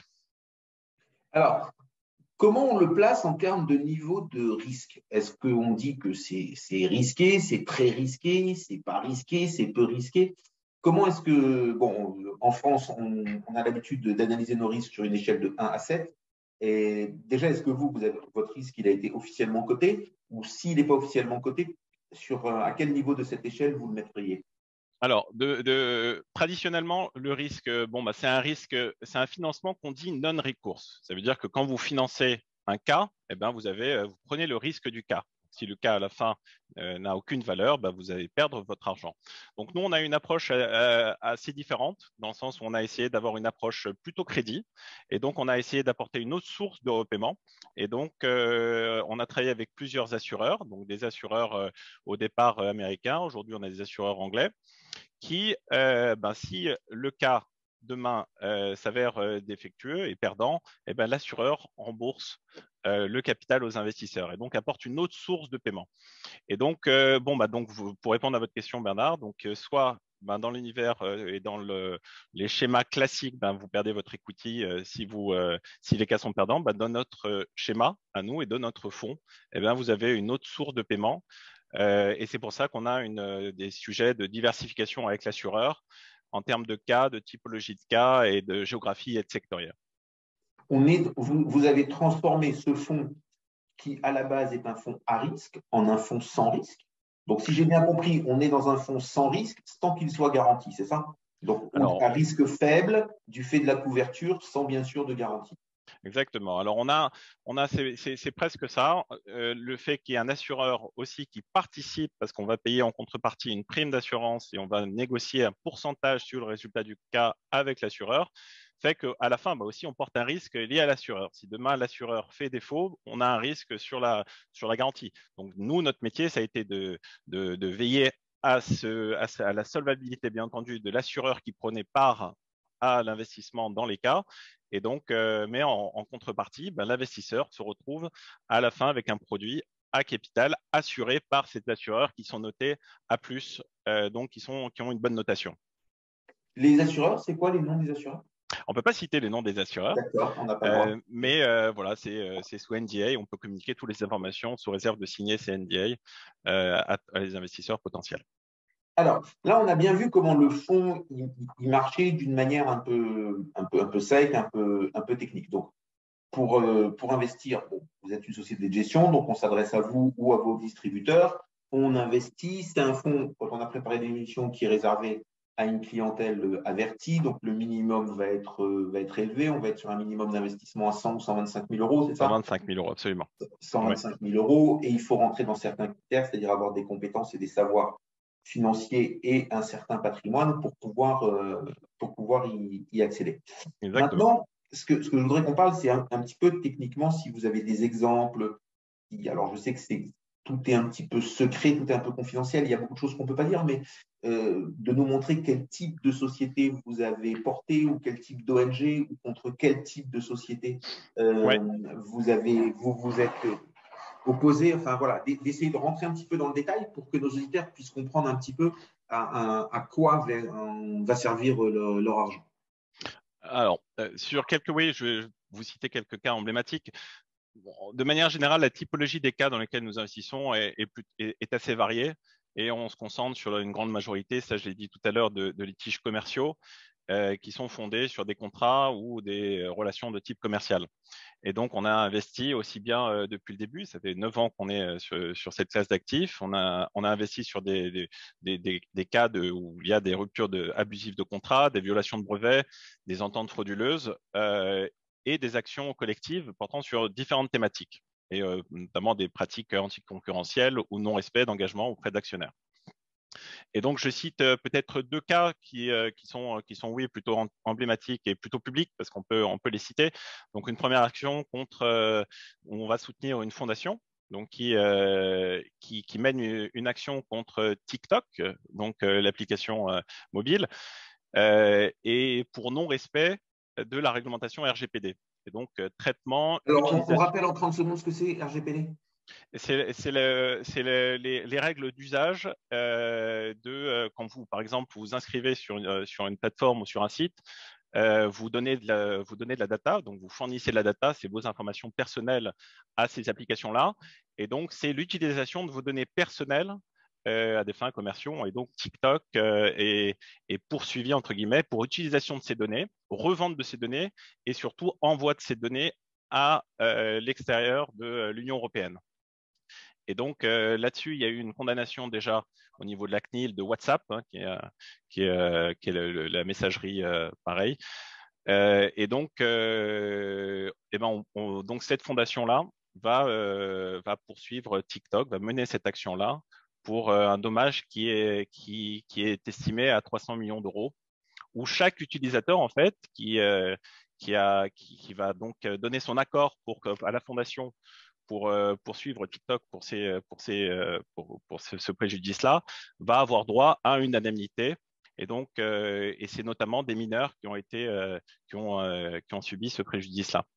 Et donc, chaque mineur a un droit, et chaque personne qui va aller dans cette direction-là va pouvoir normalement percevoir à la fin une indemnité pour non-respect de cette réglementation-là. Et l'indemnité, elle sera de l'ordre de 500 à 1000 euros par utilisateur. Et nous, cette fondation, c'est une action qui est menée aux Pays-Bas.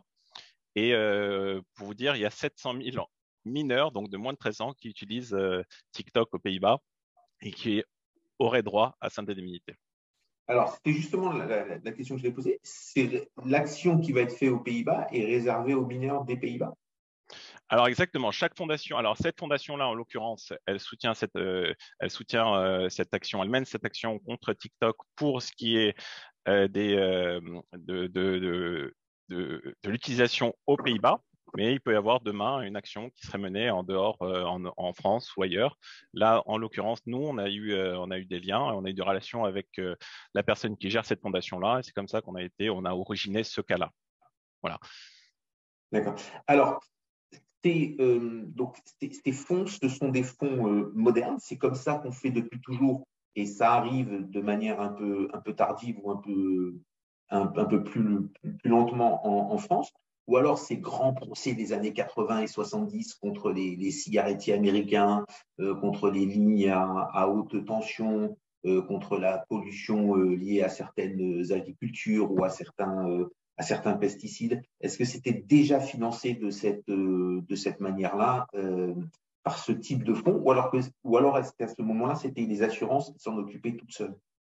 Alors, aux États-Unis, c'est depuis les années 80-90 qu'on voit l'activité se développer fortement.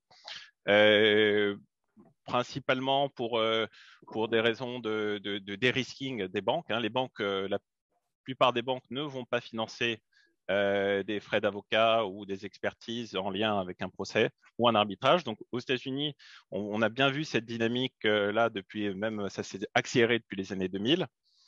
Et en Europe et notamment en France, on voit beaucoup plus d'intérêt depuis une dizaine d'années, et il y a une directive d'AMAGE au niveau au niveau de l'Europe qui fait que il y a une accélération, et on voit beaucoup aujourd'hui de fonds s'intéresser à l'Europe, surtout sur l'arbitrage. Voilà, notamment à Paris.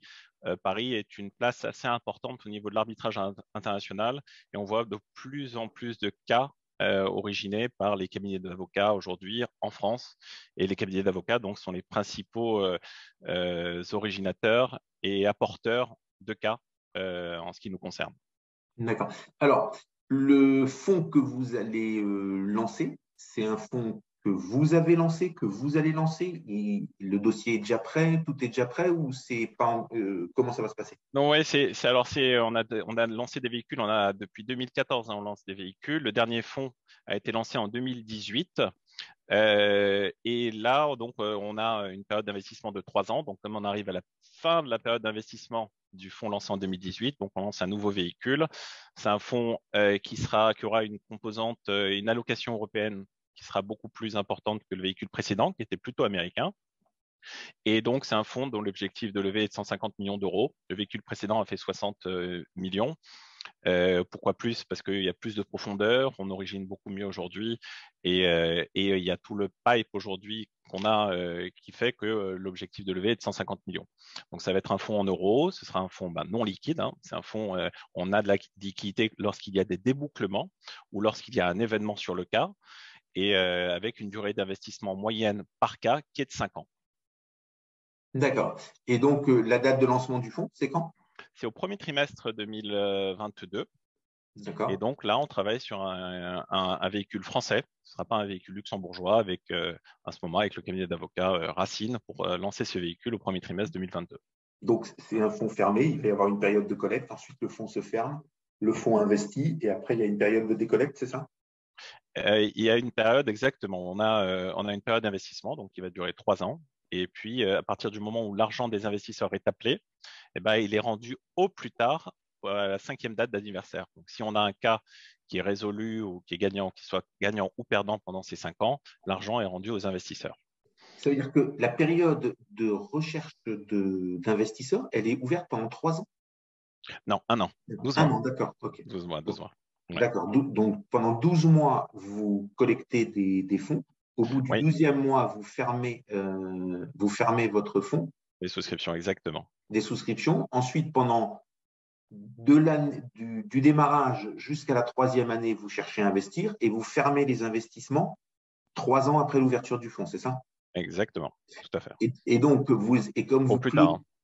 Au plus tard, et comme vous clôturez 5 ans après l'investissement, donc au plus tard, le fonds dure 8 ans, c'est ça? Au plus tard, le fonds dure 8 ans, tout à fait. Et au plus tôt, si vous investissez tout de suite, au plus tôt, on va dire c'est 5 ans et demi, c'est ça? C'est 6 ans, 1 an de période d'investissement plus les 5 ans de durée d'investissement du fonds. D'accord. Et entre la 6e et la 8e année, vous allez rendre l'argent aux investisseurs au fil de l'eau, ou vous attendez la 8e année pour tout rendre d'un coup? Non, à chaque fois qu'il y a un débouclement, on rend l'argent aux investisseurs. Donc, mettons qu'on fasse les premiers investissements au premier trimestre 2022. Si au bout du premier trimestre 2027, il n'y a pas de résultat sur ces cas, on a un événement qui fait qu'on rembourse le capital aux investisseurs. Et les investisseurs gardent un droit économique sur les cas si jamais il y a un événement après. Mais dans tous les cas, ils retrouvent leur capital. D'accord. Un des reproches qu'on fait beaucoup à ces fonds-là, c'est que lors de la sortie, il y a toujours 1 ou 2 opérations qui sont bloquées. On se retrouve à avoir investi quelques dizaines de milliers d'euros ou quelques centaines de milliers d'euros et on se retrouve avec des bouts de ligne, des fins de ligne dont on n'arrive pas à se débarrasser. C'est quelque chose auquel vous êtes soumis? Non, en fait, c'est pas le cas justement dans notre schéma, dans notre structure, parce qu'il y a au bout de 5 ans en fait, et c'est contractuel avec l'assureur. S'il n'y a pas débouclement, l'assurance s'exerce et on rembourse le capital aux investisseurs. Donc la visibilité sur le calendrier de remboursement les investisseurs l'ont.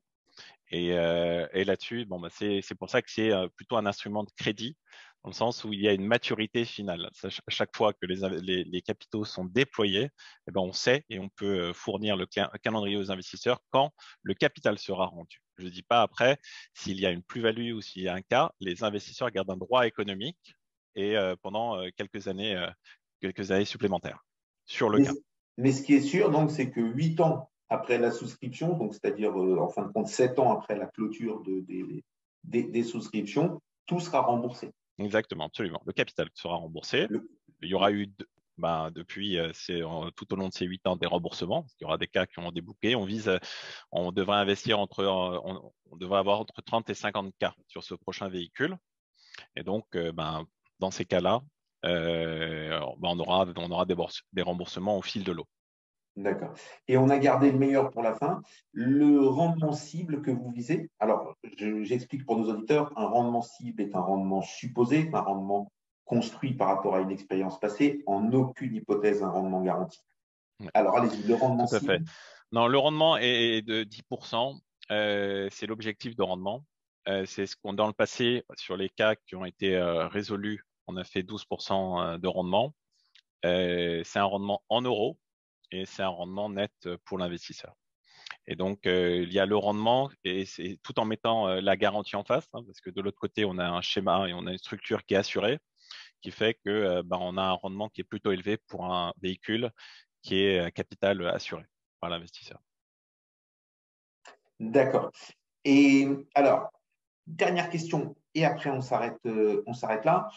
Vous m'avez parlé d'un rendement en euros, mais il est évident qu'en investissant aux États-Unis, vous investissez en dollars et donc vous êtes payé en cas de succès du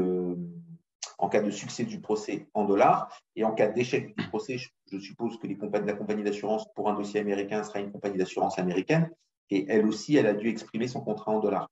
Donc, est-ce que vous couvrez vos positions? Ou est-ce que le taux de l'euro-dollar à la fin du dossier, ça sera une bonne ou une mauvaise surprise? Alors, le fonds, il sera majoritairement investi en euros. Donc, et on n'investit pas uniquement dans des cas en dollars. Donc, on investit dans d'autres monnaies. On ne couvre pas le risque de change. Donc, oui, il y aura une exposition résiduelle au dollar ou à d'autres monnaies, si éventuellement, parce que les prêts que vous faites aux entreprises sont libellés dans leur devise. Et donc, logiquement, vous avez raison, c'est une bonne question, Bernard. Vous êtes exposé au risque de change. Ok, eh bien, merci beaucoup. Une dernière chose, Bernard, parce que c'est une question qui vient souvent sur l'intérêt de la classe d'actifs, en fait, et je ne l'ai pas évoqué, j'aurais peut-être dû le faire avant. C'est surtout, il y a une forte décorrélation de cette classe d'actifs par rapport aux autres classes d'actifs. Et quand vous regardez aujourd'hui la corrélation du marché action, du marché obligataire, du marché immobilier, vous voyez que toutes ces classes d'actifs sont fortement corrélées à l'univers de taux d'intérêt et que si demain les taux d'intérêt augmentent, vous pourriez avoir une correction assez brutale comme on a vu là précédemment. Donc cette classe d'actifs est extrêmement décorrélée vu que c'est des logiques de cas et de financement qui n'ont rien à voir d'ailleurs des uns des autres. Et donc cette décorrélation-là, on trouve qu'elle a beaucoup de valeur dans un environnement de taux extrêmement bas et avec une probable remontée des taux là ces prochaines années. Voilà, je voulais juste rajouter ça. C'est parfait. Merci beaucoup pour ce partage de savoir. On se dit à dans 2 semaines pour votre nouvelle venue sur votre société de gestion où là, ce sera plus traditionnel. Et voilà, je vous souhaite de très bonnes fêtes de fin d'année à tous. C'est maintenant au tour de Benoît Barbier, les Champagnes, Landragin et Barbier. Donc, Benoît, c'est un habitué des plateaux. Il nous soutient. Il nous offre du champagne, il en offre à nos auditeurs. Donc, tout ça, c'est magique, tout ça, c'est parfait. Alors, après avoir parlé des voitures, du patrimoine des voitures, de cet actif tangible, on en vient au champagne. Alors, champagne, c'est indéniablement, allez, patrimoine plaisir pour commencer. Allez, c'est à vous, Benoît. Patrimoine plaisir. Bonjour à tout le monde, j'espère que vous m'entendez. Voilà, patrimoine plaisir, oui, bien entendu. Ça fait 2 siècles que les Champenois travaillent pour le plaisir des Français et du monde en général. Et donc, je suis un représentant de cette profession et de cette industrie du champagne qui va bientôt avoir une représentation ici à Lisbonne. Donc, je suis devant les futurs bureaux de Lisbonne qui sont en phase de finition de travaux. Et puis, j'espère bien entendu que le plaisir, vous le retrouverez, le plaisir du champagne, vous le retrouverez en venant me visiter. Alors, Voilà. quand vous dites bureau, donc bureau, c'est pour que vous puissiez travailler, mais c'est aussi boutique pour que nous, on puisse acheter? Oui, absolument, mais ça ne va pas être une boutique, ça va être véritablement un lieu où je peux vous accueillir, un lieu où mes clients pourront déguster mes différentes qualités, mais pas une boutique dans le sens où il n'y aura pas des horaires fixes d'ouverture. Voilà, ça sera ouvert et je pourrai recevoir sur rendez-vous finalement. D'accord. C'est votre premier lieu physique à Lisbonne, au Portugal? Oui, en fait, j'ai voulu reproduire à Lisbonne ce que j'ai déjà dans mon village du vignoble champenois. Moi, je suis originaire de Verzenay, donc un grand cru au sud de Reims. Et bien entendu, j'ai ce qu'on appelle un caveau de dégustation à ma propriété. Et j'ai voulu reproduire ce caveau de dégustation ici à Lisbonne. Et c'est la première fois que j'ai finalement un endroit physique en dehors de mon De la vignoble. propriété. Voilà.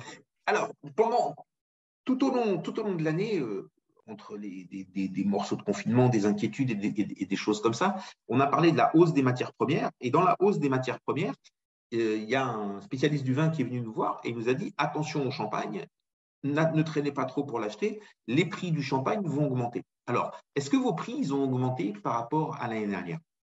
Alors, cette année, ils n'ont pas augmenté par rapport à l'an dernier, mais l'année prochaine, oui, il y aura une augmentation liée au fait que finalement, le champagne a eu une grosse demande mondiale. Et d'ailleurs, cette année, si j'en crois les premières statistiques qui sortent de la région, on s'oriente vers le record historique pour l'industrie du champagne avec 5,5 milliards d'euros de chiffre d'affaires, dont plus de la moitié est à l'exportation. C'est-à-dire qu'on représente quelque chose qui est de l'ordre à l'exportation de la moitié de l'industrie aéronautique. Alors, c'est la moitié du champagne qui est exporté et la moitié du champagne exporté représente la moitié de l'industrie aéronautique.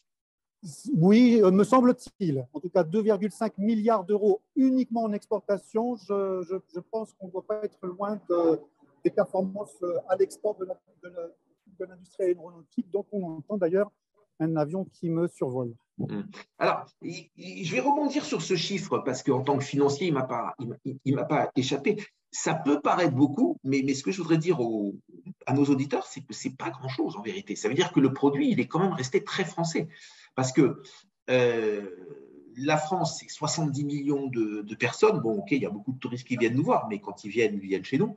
Et le monde, c'est 7 milliards de personnes. Et donc, arriver à consommer la moitié du champagne et à en exporter sans faire acheter par les autres que la moitié, ça veut dire que le produit, il est très, très prisé par les Français. De mémoire, peut-être que vous allez me corriger, mais pour le cognac, on est quelque chose comme plus de 95% qui part à l'export et 5% qui est consommé en France. Pour les sociétés de luxe comme Louis Vuitton, Hermès et compagnie, là aussi, c'est énormément à la faveur de l'exportation où c'est vendu. Et là, on est sur quelque chose qui est resté très, très français. Qu'est-ce que vous en pensez? Oui, mais la tendance est à la diminution de la partie française. Dans les années 70, le champagne était à 75% vendu en France, dans les années 70 et 80. Et puis, la tendance, qui ne se dément jamais, est à une réduction de la part du champagne consommé nationalement et une augmentation donc de l'export.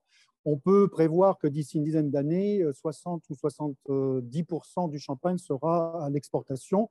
Je ne pense pas qu'on arrive à des performances d'exportation comme le cognac, mais en même temps, le cognac par rapport au champagne, je voudrais pas…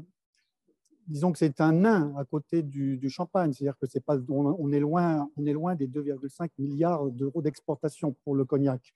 Mais puisque le champagne en termes d'exportation, c'est plus de la moitié de toute l'industrie vin et spiritueux en France. C'est-à-dire que ce secteur, ce gros secteur vin et spiritueux, les exportations de ce secteur est représentée par le champagne. Je m'exprime très mal, mais en gros, la moitié des exportations de ce secteur, c'est également le champagne. Donc, la tendance va vers l'export, évidemment, puisque le champagne est un produit qui se veut rare. Les Champenois maîtrisent l'augmentation des terres cultivables. Donc, nous maintenons de façon artificielle, bien entendu, cette rareté avec un objectif de maintenir une valeur ajoutée extrêmement élevée. Et puis, évidemment, nous sommes aidés, nous sommes menés par des multinationales du marketing et du luxe, c'est-à-dire LVMH, Pernod Ricard, des groupes comme cela qui sont responsables de cette stratégie et qui bénéficient à toute la région. Alors, deux remarques. Vous m'avez dit les Champenois maintiennent la rareté des terres. Ça veut dire qu'il existe encore beaucoup de réserves foncières en Champagne où on pourrait allouer des terres qui sont aujourd'hui allouées à une autre agriculture et qui ne sont pas allouées à la culture et les transformer en terres de champagne. Donc ça, on va dire oui, non, et on explique pourquoi. Et après, la deuxième question sous-jacente là-dessus, est-ce que déjà les meilleures terres ne sont pas allouées au champagne? Et si on venait à gonfler avec d'autres terres qui sont aujourd'hui réservées à d'autres cultures, est-ce qu'on n'aurait pas une baisse de qualité dans nos champagnes, en sachant qu'on avait vu ça à l'émission passée avec des créments ou d'autres pays qui font des vins dites de méthode champenoise, et vous m'avez dit qu'eux aussi avancent en qualité et qu'aujourd'hui, on est dans des écarts de qualité qui sont assez… qui diminuent. Je ne voulais pas dire qu'ils sont faibles, mais en tout cas qui diminuent. Donc, où on en est sur ces terres-là? Alors, il y a à peu près… je pense qu'il y a à peu près encore 30% de terres qui sont à terme, qui pourraient être transformées et plantées en appellation d'origine Champagne. Donc, on a une réserve foncière qui est maîtrisée parce que, en fait, ce que l'on cherche à éviter, c'est effectivement, alors pour des raisons d'offre et demande, donc on essaye d'éviter une plantation trop rapide de cette réserve de terre. Et puis, évidemment, en contrôlant les droits de plantation, on contrôle également la qualité, c'est-à-dire qu'on sait que ce qui va être autorisé un petit peu chaque année, ça va être des vignes qui ensuite vont pouvoir rentrer dans la filière, rentrer avec un cahier des charges. Donc, on essaye d'éviter l'anarchie à la fois quantitative et qualitative. Par rapport aux autres concurrents internationaux, ou ceux français ou étrangers, je dirais que je vais revenir sur ce que j'avais dit au mois de juin. Effectivement, de toute façon, ça ne change rien à l'identification du goût champagne. Le fait que le vignoble soit très au nord, soit le plus septentrional pratiquement dans les vins mousseux en Europe, fait que le goût champagne restera. Alors, il faut que ce goût reste, il faut que cette qualité reste, et c'est la maîtrise des plantations qui va faire le nécessaire. Alors je ne vais pas rentrer dans les détails, mais il y a à l'heure actuelle, vous savez, peut-être au niveau européen, de la politique agricole commune, des pays qui souhaiteraient une libéralisation complète des droits de plantation, ce que, évidemment, la corporation du champagne cherche à éviter à tout prix, puisque une libéralisation des droits de plantation voudrait dire que du jour au lendemain, le vignoble champenois augmenterait de 30 à 40%. C'est-à-dire l'ensemble des terres plantées serait en un an. Alors, on peut imaginer… Alors, attendez, juste une question. Il faut combien de temps entre le moment où on plante un pied et le moment où on récolte du raisin pour faire du bon champagne? Pour faire du champagne, il faut 5 à 6 ans. Ça veut dire que si la Commission européenne libéralisait ça dans 2 ans, c'est que dans 8 ans qu'on aurait le choc. On aurait le temps de s'y préparer quand même. Oui et non, parce que soudainement, au lieu d'avoir 300 millions de bouteilles à vendre par an, eh ben, il y en aurait peut-être 400 millions, donc une augmentation de 100 millions de bouteilles à commercialiser. Il est évident que le prix descendrait. Il est évident que ce serait pas forcément une bonne opération pour les exploitations françaises. Alors, sur le prix, je vais rebondir sur le prix. Vous m'avez dit que dans les années 70, il y avait 75% de champagne qui était consommé en France et 25% qui était exporté. On est maintenant à peu près à 50-50 et la tendance, elle est en faveur de l'exportation. Est-ce que vous pensez que la tendance qui est en faveur de l'exportation, c'est directement lié au prix du champagne qui commence, je ne vais pas dire un produit de luxe non plus, parce qu'il y a des bouteilles de champagne de qualité tout à fait honorable à 15-17 euros et après on monte vraiment vers des choses. Mais est-ce que le français, par manque de moyens, est en train de petit à petit se tourner vers d'autres alternatives de vin ou de vin mousseux ou de choses comme ça moins chères, ou même de créments français, hein, de régions qui font des très très bonnes choses, ou alors c'est juste une question de mode et que bon, il peut y avoir une mode de champagne et maintenant la jeunesse française va vers d'autres choses, d'autres breuvages, ou alors c'est tout simplement, bon, je ne sais plus qui c'est qui disait ça, mais on ne lutte pas contre la démographie. Et voilà, et la démographie mondiale étant ce qu'elle est, la démographie française ne peut pas s'y opposer toute seule. Disons qu'on est, je pense qu'on se place plus on s'oriente vers un manque de moyens finalement du consommateur français. Donc, comme je le disais au départ, les champenois organisent une rareté, c'est-à-dire que l'on fait en sorte de ne pas avoir une trop grosse variation de raisins et donc de bouteilles qui viendraient perturber l'offre et la demande. On a également, bien évidemment, une population mondiale de gens qui sont capables d'acheter des vins mousseux chers qui est en permanence augmentation. Et ce qui veut dire d'ailleurs que des vins à 17 euros, comme vous l'avez mentionné en France, vont avoir tendance à disparaître. Il faut savoir que ces vins que vous trouverez à 17 euros, ils viennent de deux sources. Il y a d'une part des négociants qu'on appelle nous en Champagne des négociants discount. Donc il y a des maisons de champagne qui font 10 millions de bouteilles sur le créneau champagne discount. Et puis mes collègues viticulteurs qui sont très souvent, donc c'est auprès d'eux que vous trouvez des champagnes à 17 euros. Bon, moi, je commence en France à 19 euros, mais bon, l'ordre de grandeur, il est celui-là. Mais nous, les viticulteurs, la partie des vignerons en Champagne, nous vendons chaque année de moins en moins de champagne. C'est-à-dire que la part des bouteilles vendues dans les années 80 par les viticulteurs était pratiquement la moitié de l'ensemble du marché.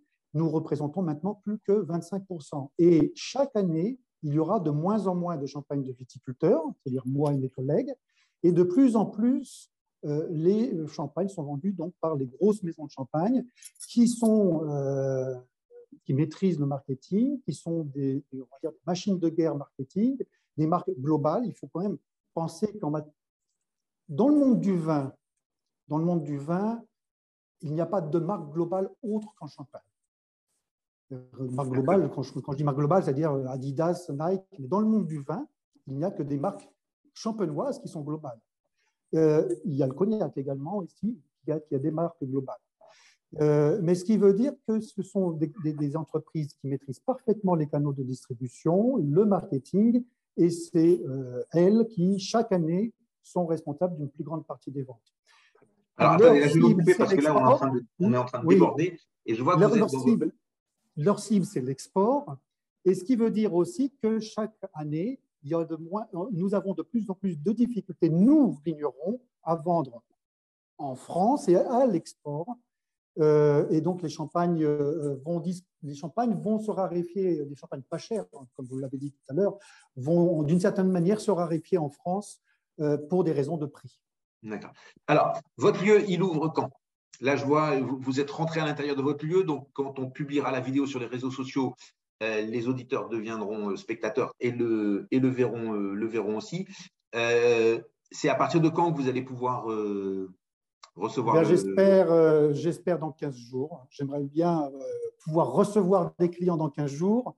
Je Alors, vais déjà encore en cette année. recevoir encore cette année, oui, voilà. Je vais déjà en recevoir cette semaine, mais je vais devoir les prévenir qu'il y a encore du matériel de travaux. Mais voilà, on est finalisé, les peintures sont quasiment finies, il n'y a plus que l'électricité est faite. Voilà, je pense que dans une quinzaine de jours, je vais pouvoir commencer à recevoir des clients et donc les amateurs de champagne vont pouvoir m'appeler, me dire est-ce que vous êtes dans votre bureau, dans votre lieu de dégustation à Lisbonne et vont pouvoir me visiter si j'y suis. Ok, super. Merci beaucoup, Benoît. C'est maintenant au tour d'Elisabeth Horvat et on se revoit très, très bientôt. Probablement, on va essayer d'organiser quelque chose dans votre lieu pour nos auditeurs et d'essayer de faire quelque chose de joyeux qui sentira la fête et les bulles comme le champagne que vous représentez si bien. À très vite. Au revoir. Merci, au revoir. Et maintenant, au tour d'Elisabeth. Bonjour Bernard. Comment ça va, Elisabeth? Ça va. Bon, ben, c'est une bonne nouvelle, ça. Comme le temps. De quoi on parle cette semaine? Alors, cette semaine, on parle sur quelques petits conseils concernant la promesse de vente. On va changer un petit peu. Ben, c'est une bonne idée, ça. Alors, déjà, est-ce que la promesse de vente au Portugal, c'est la même qu'en France, ou est-ce qu'un Français qui achète, il doit se méfier et oublier tout ce qu'il sait de sa promesse française? Effectivement, les lois françaises et portugaises n'ont absolument rien à voir. Et je conseille vivement à toute personne française qui souhaite faire une acquisition au Portugal de s'accompagner d'un avocat qui soit à même de lui apporter tous les conseils pour son acquisition, afin de ne pas avoir de… Il y a toujours ce débat. Pour vous, c'est avocat et notaire? Moi, je pense… Alors, pourquoi un avocat? Tout simplement déjà parce que la législation n'est pas la même. Ensuite, vous avez un problème, Bernard, qui est la barrière de la langue. Donc, un Français qui arrive et qui n'est pas forcément très bien accompagné n'aura pas les bons conseils pour son acquisition. Et afin de ne pas avoir de surprise lors de l'acquisition, je le recommande vivement. En ce qui concerne le notaire, comme il s'agit de l'acte notarial, donc le notaire accompagne uniquement sur l'acte définitif d'acquisition du bien. Alors, je trouve un bien ou on me présente un bien, donc je l'ai trouvé tout seul par une annonce, je l'ai trouvé avec un agent immobilier, je l'ai trouvé par un copain. Et là, je me dis, ben, moi, il m'intéresse bien ce bien, je vais faire une offre. Donc, je dis, voilà, moi, je vous offrirai tant. Et la personne, elle me dit, d'accord. Et on est d'accord sur l'offre. Alors, comment est-ce qu'on va construire notre promesse? Déjà, comment est-ce que ça s'appelle en portugais? Ça s'appelle un CPCV. CPCV. Un contrat de commerce et compra-venda.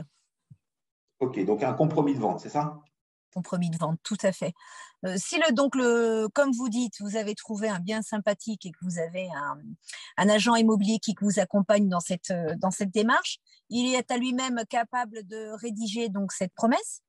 Bien naturellement, souvent, les agences n'ont pas de moyens de faire une traduction, donc c'est rédigé en portugais. C'est pour ça que je dis toujours qu'il est bien d'avoir un avocat ou quelqu'un représentant qui est portugais, soit faire une traduction en français, comme ça vous avez tous les éléments, c'est beaucoup plus facile et il n'y a pas de surprise. Et ensuite, la démarche se suit simplement. Lors de votre acquisition, il faudra vous munir d'un numéro de contribuinte, ce qu'on appelle ici au Portugal, qui est un numéro… C'est le numéro fiscal, donc il va falloir le demander avant, en tant que résident étranger ou résident portugais si on habite ici, pour pouvoir avoir le droit de signer. C'est-à-dire qu'on ne signe pas de promesse si on n'a pas ce numéro, c'est ça? Tout à fait, Bernard. Okay. Le numéro est facile à avoir, à obtenir. Il suffit de se déplacer aux finances, au centre des impôts, avec une pièce d'identité et un justificatif de domicile. Souvent, c'est un justificatif français en attendant de faire l'acquisition au Portugal. Et vous êtes attribué donc un numéro fiscal, avec celui-ci qui sera donc indiqué dans la promesse pour faire l'acquisition. Alors, dans la promesse, dans le compromis de vente, puisqu'on va appeler un chat un chat, donc on dit monsieur le vendeur vend, monsieur l'acheteur achète, on se met d'accord un petit peu, et ensuite, on va se donner le délai qu'on a pour réitérer, donc le délai pour passer un notaire. Il y a un délai traditionnel, il y a un délai légal, on est libre, on fait ce qu'on veut? Alors, plus ou moins, on est libre. Oui et non, cela dépend si vous êtes accompagné, si vous allez avoir besoin d'un montage financier, donc d'un crédit d'habitation pour faire l'acquisition du bien. Tout cela va être rédigé dans la promesse. Souvent, moi, je préconise de mettre une clause d'obtention de crédit parce que là, il y a souvent des belles surprises, c'est-à-dire que vous faites l'acquisition de votre bien, vous allez y apporter un apport. Généralement, il se trouve entre 5-10% à la signature de la promesse. Et si vous ne vous protégez pas par une clause d'obtention de crédit, c'est-à-dire qui est nulle si vous n'obtenez pas votre crédit, il faut savoir quand même que vous perdez votre apport déposé lors du compromis. D'accord, parce que cette clause-là, elle n'est pas aussi automatique et pas aussi systématique qu'elle peut être en France. Exactement, au Portugal, ce n'est pas du tout automatique. Alors, en France, traditionnellement, on était sur 3 mois. On disait, voilà, la vente doit se réaliser et réitérer devant le notaire dans 3 mois. C'est l'habitude ici aussi? Alors non, ce qui est fantastique au Portugal, c'est que vous pouvez faire une acquisition qui est très rapide, beaucoup plus simple et beaucoup plus rapide, effectivement. On peut, effectivement, si vous avez vos fonds, ça peut être fait sous un mois.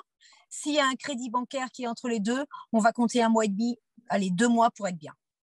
Et on a la même sécurité juridique pendant ce mois ou ce mois et demi ou ces 2 mois. L'avocat et le notaire pourront vérifier qu'il n'y a pas d'hypothèque, qu'il n'y a pas de problème, qu'il n'y a pas d'arrêtés municipaux ou de choses comme ça? Alors cela, il se fait déjà en anticipé, hein, avant la constitution donc, de la promesse. On vérifie bien, comme vous dites, qu'il n'y ait pas de problème, que ça soit sur le bien, qu'il n'y ait pas une saisie, qu'on appelle ici uma penhora. Donc on vérifie tout cela pendant et avant la signature de l'acte. Ok, donc on va mettre notre durée. Et ensuite, qu'est-ce qui se passe? D'abord, est-ce que les deux parties peuvent se séparer? C'est-à-dire, moi, je suis acheteur. Est-ce que je peux dire, bon, finalement, je l'ai bien réfléchi, je n'achète pas? Est-ce que j'ai le droit de le dire? Et si je le dis, quelle est la conséquence financière? Deuxième des choses, est-ce que le vendeur a le droit de dire, moi, j'ai bien réfléchi, je ne vends pas? Et s'il le dit, quelle est la conséquence financière? Alors, pour la conséquence pour l'acquéreur, donc on va estimer que vous avez déposé 10% à la signature. On va donner un exemple, vous achetez une maison à 500 000, vous donnez 50 000 à la signature de l'acte. Si vous vous rétractez sans clause, c'est-à-dire, bon, comme vous dites, vous n'avez plus envie d'acheter ce bien, vous allez perdre votre acompte. D'accord, mais on a le droit de le faire. Tout à fait. Vous perdez ce que vous avez versé. Au vice-versa, ce qui se passe souvent, le vendeur n'a plus envie de vous vendre, vous avez versé 50 000 euros, il va vous indemniser en vous doublant cette mise, c'est-à-dire qu'il va vous restituer 100 000, parce qu'il n'aura pas… Oui, alors ça, c'est une différence notoire avec la France, parce qu'en France, le vendeur n'a plus le droit de se rétracter. Une fois qu'il a dit oui, il a dit oui. Exactement. Donc, ici, il se rétracte en versant tout simplement, en reversant en fin de compte la pénalité de la somme versée. Il indemnise le vendeur, tout à fait. C'est des choses qui arrivent souvent? Pas souvent, non. Non, parce qu'effectivement, c'est quand même une somme. Il faut savoir qu'elle est doublée. Donc, rarement jusqu'à présent, je n'ai pas eu de cas de rétractation de personnes qui souhaitaient plus vendre, pour ma part. D'accord. OK. Alors ensuite, donc, la personne peut se rétracter. Ça peut aller vite. Il faut faire attention à mettre cette réserve de clause d'obtention du crédit parce que ce n'est pas aussi habituel qu'en France. D'autres points de vigilance, d'autres points de particularité sur la promesse? Moi, j'y vais vraiment une clause parce qu'elle apparaît vraiment pas et j'appelle vraiment à qu'on soit très attentif sur ça. C'est vraiment une clause d'obtention de crédit parce que là, effectivement, j'ai vu des dossiers de personnes qui ont signé un compromis, qui ont donné un apport, un acompte. Oui, c'est pas un apport, c'est un acompte et qui sont vus malheureusement ne pas pouvoir avoir le financement et perdre leur acompte. Et ça, c'est quand même assez compliqué. D'accord. C'est la chose où effectivement j'appelle à vraiment faire très très attention à ça. Parce que souvent c'est pas pareil qu'en France. Donc ils se disent bon je suis protégé par mon compromis, mais vous en fait vous êtes oui et non protégé, car si vous n'avez pas l'obtention et que cette clause, si elle n'est pas indiquée dans le compromis, vous perdez automatiquement votre acompte. D'accord. D'autres points de vigilance, d'autres choses? Non, en dehors de savoir qu'effectivement, bien sécuriser, que le bien n'a pas de saisie bancaire, que tout va bien, qu'il n'y a pas de somme à régler aux impôts. Ça s'est fait relativement en amont par un avocat ou par l'agent immobilier ce sont ses tâches. Il doit s'assurer de ça. Du reste, non, je ne vois pas d'autres contraintes, absolument pas. Moi, j'ai deux questions. Est-ce que sur la substitution à la promesse et ensuite sur la cession de promesse, donc d'abord, est-ce qu'une promesse est vendable? Est-ce qu'on a le droit de la vendre? Donc, vous me vendez un bien 1 million, je verse 100 000, et puis après, j'ai un client qui achèterait ce bien un peu plus cher. Et ben, je lui dis, voilà, je te vends ma promesse pour 100 000 et débrouille-toi avec l'acheteur, achète le bien. Est-ce que la promesse est vendable et est-ce que la promesse est substituable? C'est-à-dire que j'ai ce bien, je ne veux plus l'acheter, mais par contre, j'ai un ami qui est intéressé et qui, lui, veut l'acheter, ou j'ai mon agent immobilier qui a bien compris que les raisons pour lesquelles je ne voulais plus l'acheter, et pour m'éviter de perdre des sous, il me dit, mais j'ai peut-être un autre client que ça peut intéresser, on va lui demander de se substituer à vous. Est-ce que la substitution à la promesse est légale et faisable, et est-ce que la cession de promesse pour une valeur est légale et faisable? Alors, la substitution pour ma part, non, je la déconseille de la faire parce que ça va mener des quiproquos. Le mieux à faire, c'est donc d'annuler le contrat, c'est-à-dire de ne pas l'accomplir. Donc, soit l'un perd ou l'autre la compte versée, et de refaire une promesse si effectivement vous avez, comme vous venez de dire, Bernard, un agent qui vous a trouvé un client pour que vous ayez vendu plus, effectivement, par un intérêt, parce qu'une affaire plus intéressante, vous pouvez, mais moi, je ne recommande pas de la substituer. Mais moi, je parlais de la substitution pour éviter de perdre, justement.